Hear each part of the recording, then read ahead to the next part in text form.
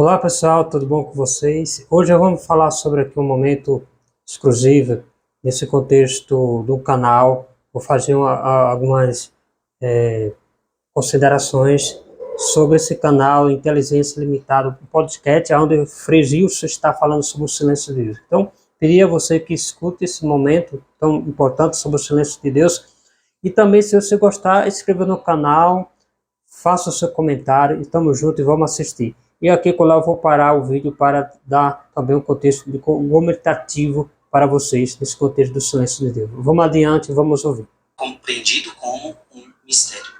Abra agora sua Bíblia em Jó, capítulo 42, antes do livro dos Salmos. Jó 42, vamos ver aqui, página 656. 656, Jó 42, versículo 3.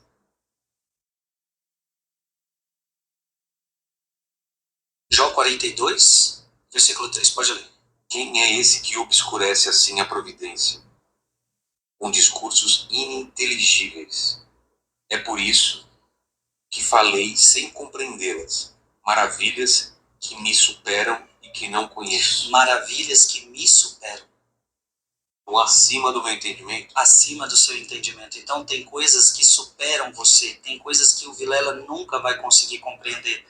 Veja que aqui também é o silêncio de Deus. O silêncio de Deus sempre é mistério. Então assim, tem gente que vai se perguntar assim, mas por que Deus não fala comigo nesta hora? Mas mesmo que ele falasse, você não ia compreender. É mistério. Então tem coisas que não adianta, tem coisas que é mistério. Vamos abrir agora Isaías 55.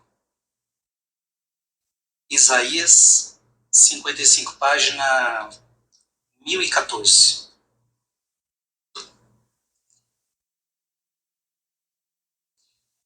Isaías 55, versículo de 8 a 9. Pois meus pensamentos não são os vossos. Aqui é Deus falando, tá, Vilela? Leia de novo, é Deus falando. Pois meus pensamentos não são os vossos, e o vosso modo de agir não é o meu, diz o Senhor. Em outro momento, ele diz que nós somos imagem e semelhança dele. Mas aqui ele está dizendo que os pensamentos da gente não são os dele. É que ele está dizendo, aqui é o seguinte, o seu pensamento é muito limitado, Vilela. Você não consegue enxergar, você não sabe nem quem está ali fora. Se você não olhar no seu celular alguma câmera, você não sabe nem quem está ali fora. O teu pensamento é muito limitado. A tua visão só consegue contemplar o que está aqui. Então Deus está falando para você, os meus pensamentos não são como os vossos.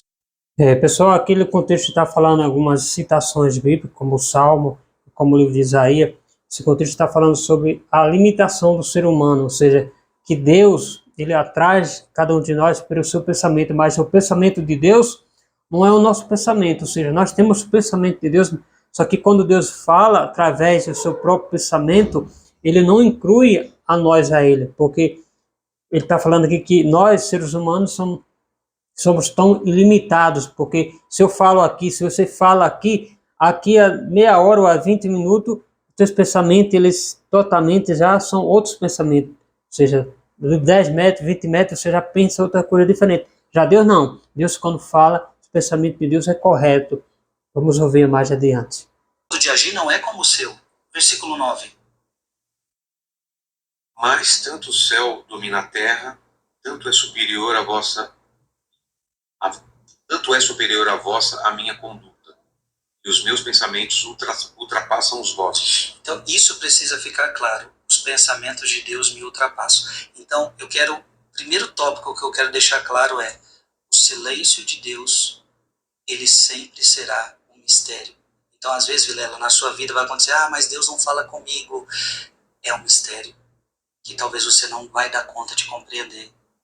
É muito alto para você. E tem perguntas que você faz para Deus que a resposta dele não adiantaria nada, porque não cabe na tua cabeça. Não cabe na sua compreensão. Ora, Deus é Deus.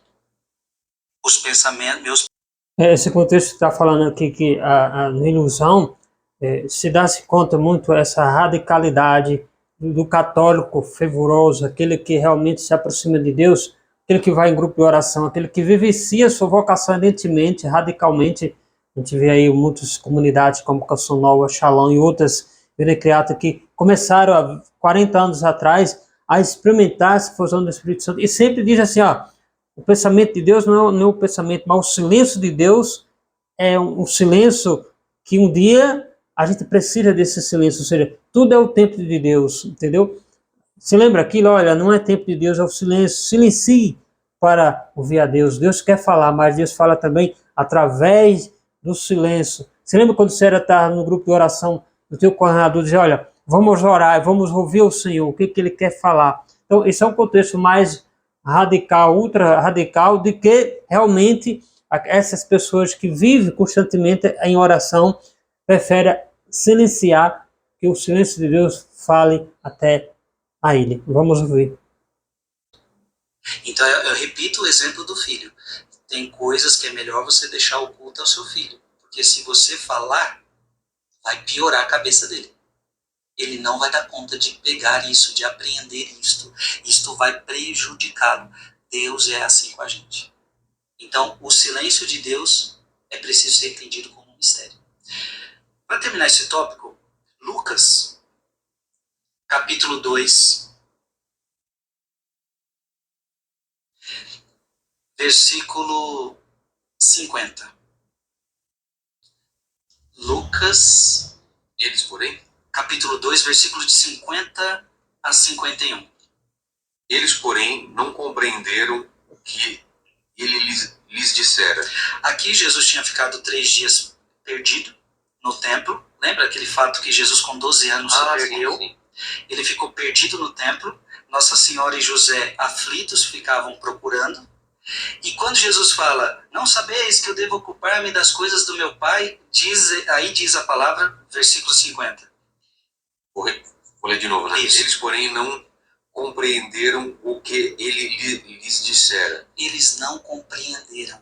Então Jesus falou uma palavra, Maria e José não compreenderam. Então tem coisas que Deus nos fala que a gente também não compreende. Agora lê o versículo 51. Em seguida desceu com eles a Nazaré e lhes era submisso. Sua mãe guardava todas essas coisas no seu coração. Silêncio. Quando você não compreende o mistério de Deus, você faz silêncio e reza. Então, da Vilela, nem tudo na vida a gente precisa compreender. Tem coisas na vida que a gente precisa fechar a boca, guardar no coração e rezar. Olha o ensinamento da mãe de Jesus agora. Eles não compreenderam nada, não estou compreendendo. Aqui ele está falando sobre o contexto de que aquela passagem do Evangelho de Lucas, onde Jesus, ou seja, onde a família de Jesus, Maria, José, os demais irmãos, ia ao templo, ia justamente apresentar o menino, as famílias ao templo, etc. E no período, naquele contexto,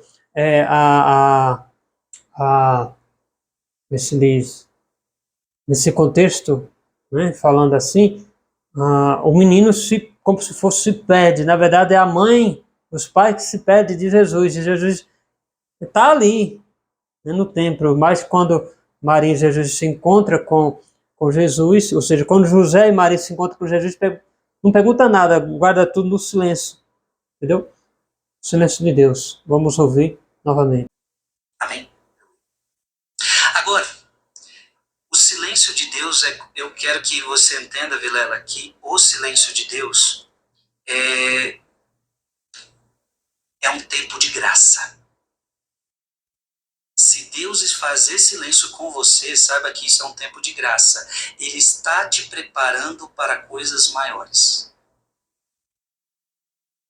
Quando Deus silencia com você, muitas vezes é porque Ele está trabalhando no seu coração para coisas muito maiores. E eu quero dar um exemplo na Sagrada Escritura. Abra em Eclesiastes. Você que está em casa. Esse contexto que está falando do silêncio, quando Deus não fala, você pede ação. Mas, Senhor, eu preciso disso. Senhor, me ajuda naquilo, etc. Está falando que o silêncio de Deus pode ser uma condição que Deus está ali preparando, ou seja, Deus está ali formando, porque tudo tem um dia e a hora. Então, o silêncio, às vezes você clama, você pede, você canta, você louva, você pega um violão, até isso você clama para que Deus fale, mas nada de Deus falar. Então, nesse contexto aqui, diz que quando Deus realmente silencia, porque Ele quer o melhor para você, está preparando algo de bom para você. Vamos seguir, vamos ouvir. Eclesiastes capítulo 3, versículo de 1 a 8, página 818 aqui, Vilano. 818.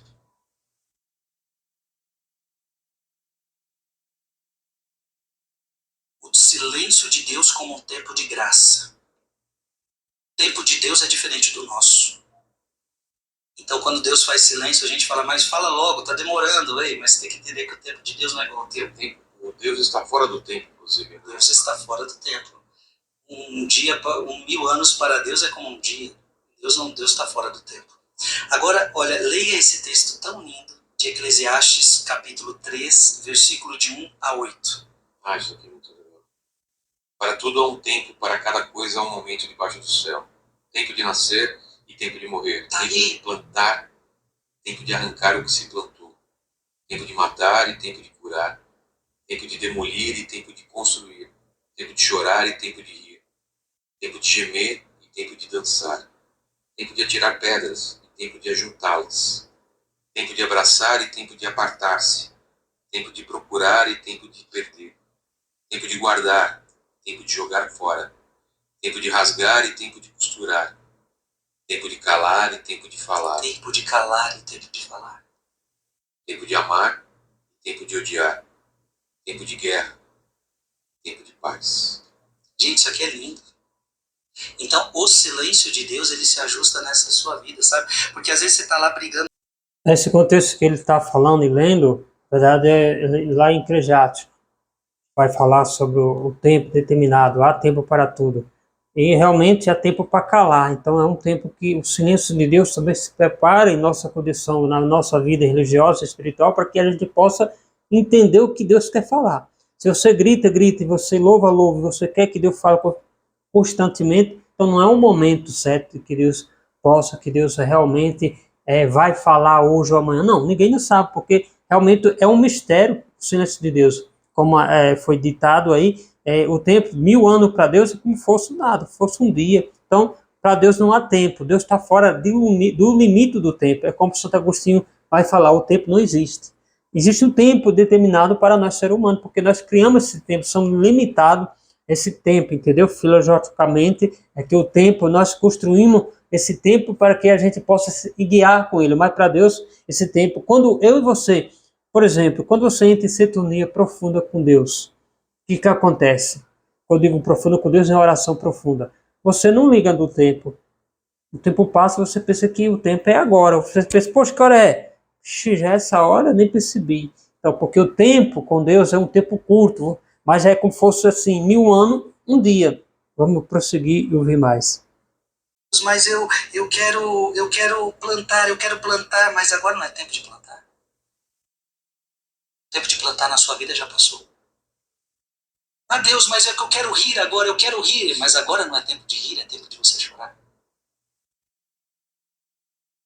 Ah, mas é porque eu quero fazer isso, eu quero fazer aquilo, mas não é tempo para fazer isso na sua vida, agora é tempo de esperar. Nesse contexto, eu não tenho uma crítica aqui, mas já tem um contexto, é quase como se fosse uma crítica. A gente, como passa para a vida religiosa, existe esse tabu dos líderes dizer, olha, não é agora, olha o tempo, etc. Ou seja, lógico que existe tudo isso, mas às vezes a gente se apega tão radical nesse contexto que alguns faz com que a gente se fique, não digo escravo, mas assim, poxa, nem tudo é tempo de Deus também, entendeu?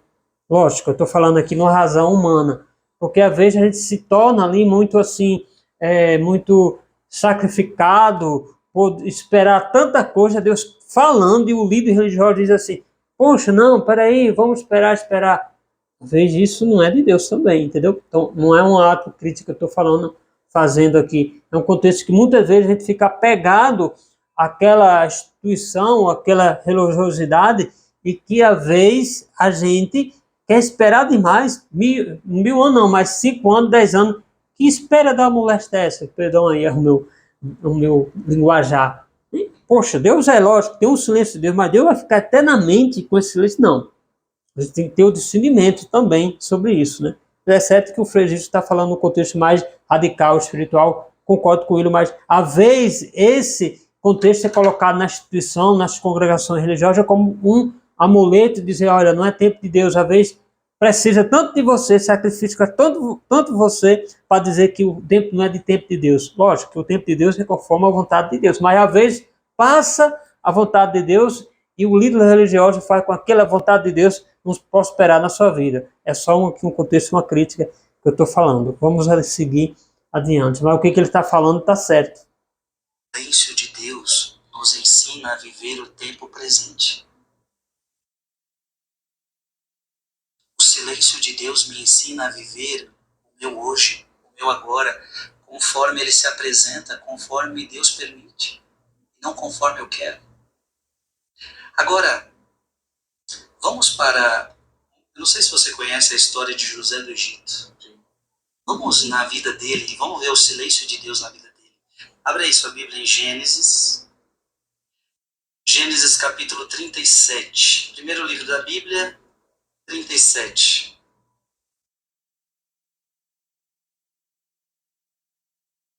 José, numa família grande, de vários irmãos, o seu pai dedicava um amor que os seus irmãos consideravam mais especial a José do que aos outros, ficaram com inveja e planejaram a destruição de José, e é isso que nós vamos ver um pouquinho.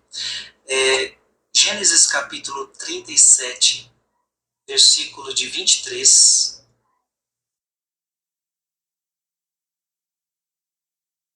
a 24. Quando José se aproximou de seus irmãos, eles o despojaram de sua túnica, daquela bela túnica de várias cores que ele trazia, e jogaram-no numa cisterna velha, que não tinha água. Veja, José experimentou o silêncio divino em meio à traição. Aqui José está sendo traído pelos seus próprios irmãos. Ah, cadê Deus nessa hora? Então, tem horas que Deus vai permitir que você viva o silêncio em meio à traição. Veja que aqui José não ouvia a voz de Deus. Aqui um anjo não apareceu para José falando para ele alguma coisa. Deus não falou nada para José aqui. Mas veja, o silêncio de Deus vai preparar José para algo maior.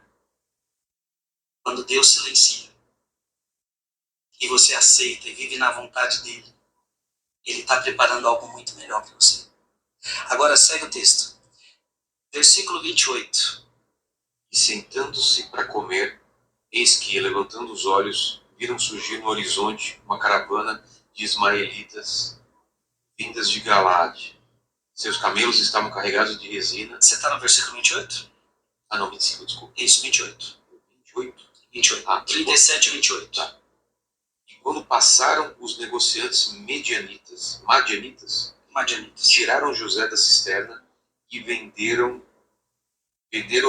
por 20 moedas de prata aos ismaelitas, que o levaram para o Egito. Veja, José, vendido como escravo, não recebe nenhuma explicação de Deus. Eu quero que você entenda que aqui Deus está em silêncio. Verdade. Deus está em silêncio. Ah, mas Deus fica em silêncio em meio a tanta injustiça. Deus está em silêncio. Mas vamos continuar. Gênesis 39, 2.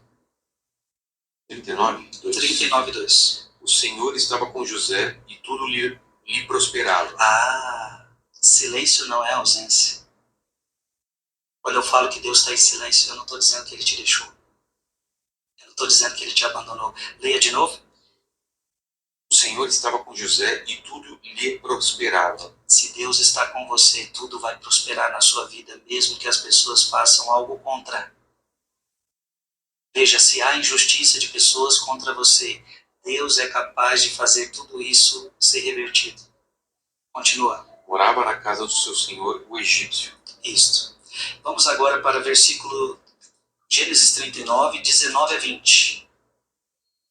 19 a 20. Ao ouvir isso de sua mulher, contando-lhe como se tinha comportado com ela o seu servo, ele enfureceu-se e lançou José na prisão, onde encontravam detidos os prisioneiros do rei. E José foi encarcerado. Imagina um homem na prisão, não podia falar com ninguém, portanto um verdadeiro silêncio.